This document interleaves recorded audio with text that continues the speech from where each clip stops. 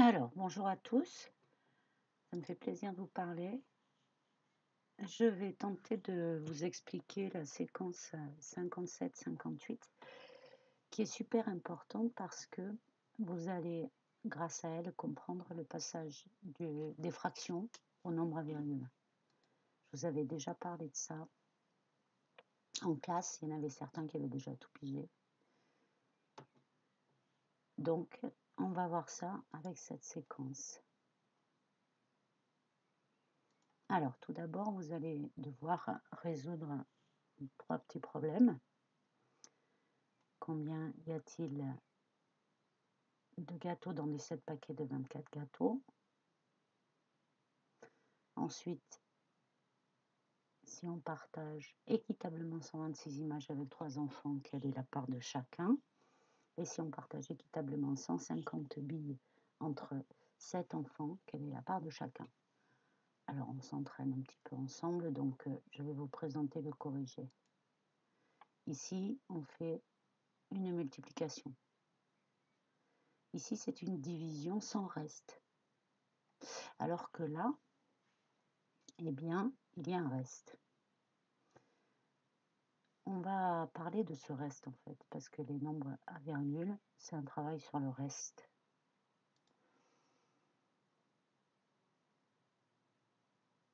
Si vous faites ces calculs sur la calculatrice, ici, le résultat n'est pas donné sous forme de fraction. D'accord? Alors, ce qu'il est important de comprendre, c'est que la touche divisée de la calculatrice, elle ne calcule pas la division avec le reste. Elle calcule la division fraction, c'est-à-dire qu'elle va diviser le reste. Mais le résultat du partage du reste ne s'affiche pas sous la forme d'une fraction. Enfin, vous verrez après au collège, certaines calculatrices affichent le reste sous forme de fraction. Mais les calculatrices classiques ne s'affichent pas sous la forme d'une fraction. D'ailleurs, à ce sujet, une parenthèse, si vous utilisez un téléphone, il faut le mettre en mode paysage parce que la petite calculatrice qui a arrondi. Donc là, ça ne fonctionnera pas. Donc du coup,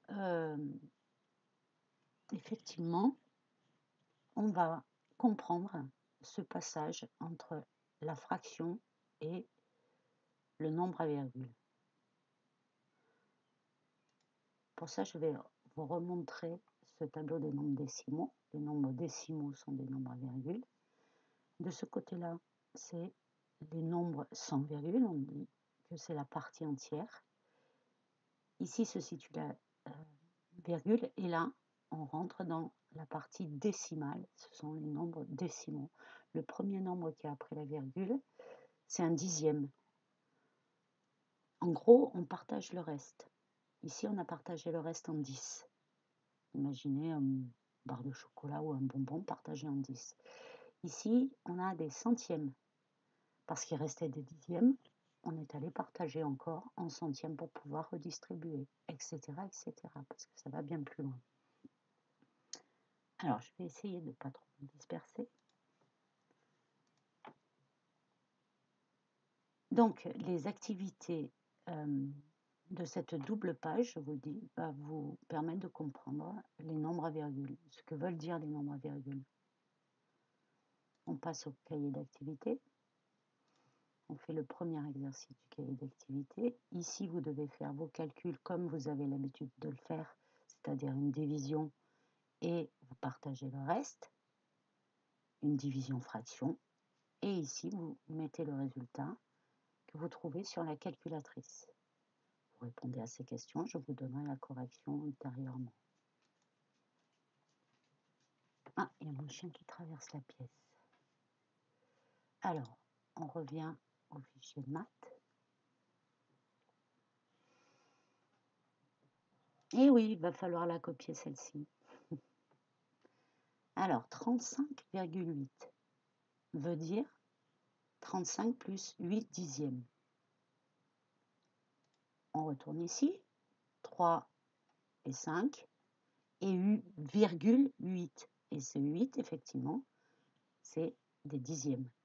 Si c'était virgule 84, ce serait 8 dixièmes et 4 centièmes, ou 84 centièmes. Donc, ici, cette écriture de 358 dixièmes s'appelle une écriture à virgule, de nombres décimaux. Sur les machines, la virgule est souvent remplacée par un point. Le chiffre après la virgule désigne des dixièmes. 35,8 se dit 35,8 dixièmes, mais après on ne dit plus le dixième, on dit simplement 35,8. Ou 35 et 8 dixièmes, ça c'est sous forme de fraction. Les chiffres à gauche de la virgule donnent la partie entière du nombre, c'est ce que je vous disais tout à l'heure. Le chiffre à droite forme la partie décimale du nombre, c'est-à-dire la partie après la virgule. C'est la partie qu'on a partagée. La partie décimale d'un nombre est toujours plus petite que 1, forcément. Un décimal est la somme de la partie entière, d'accord? Et on y rajoute sa partie décimale. Donc ça, le 0, il fait partie de la partie entière, on le met sous le 5. Ça, c'est pour faire ensuite les additions avec des nombres à virgule, il n'y a rien de compliqué. Et ici, 35 plus 0,8 est égal à 35,8.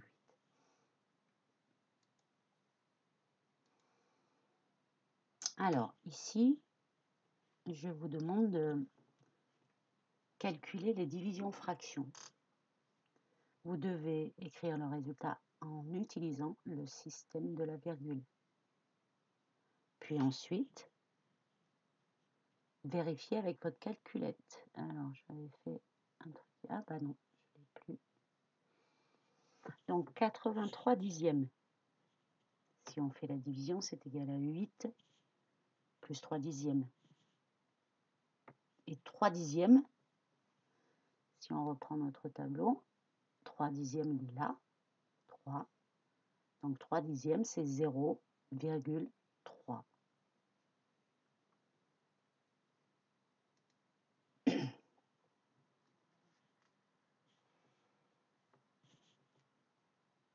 Donc, 83 dixièmes est égal à 8 plus 0,3, donc est égal à 8,3. Je pense que vous pouvez vous débrouiller à faire le reste.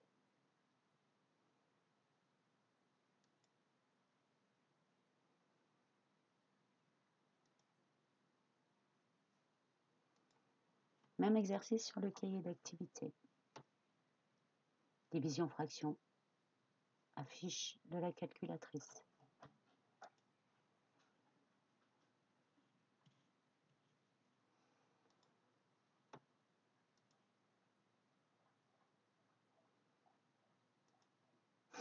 Petite leçon qu'il faudra aussi recopier, qui vous explique ce que signifie la position des nombres dans la partie décimale. Toujours pareil, ce fameux tableau que je vous mettrai sur les feuilles au début, que vous garderez, je ne sais pas si je ne vous l'ai pas donné d'ailleurs, que vous garderez précieusement dans le porte-vue, si vous pouvez l'imprimer, sinon je le ferai à un moment donné. Donc, 35,83. On a deux chiffres après la virgule. Ça signifie 35 plus 8 dixièmes et 3 centièmes. Ou alors, c'est ce que je vous disais tout à l'heure, 35 plus 83 centièmes. Ou alors, on ne dégage pas le 35 et c'est effectivement la division de 3583 par 100.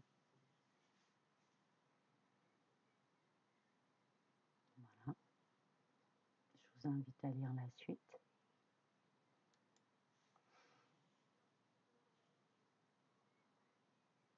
Alors,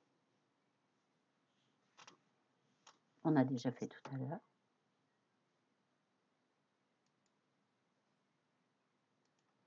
Alors ici, vous avez une règle graduée, ou pas d'ailleurs, mais je vous demande de tracer des segments.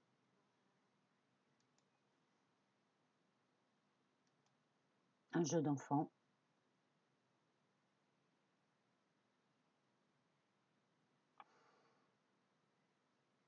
Encore plus avec ça, donc utilisez-le.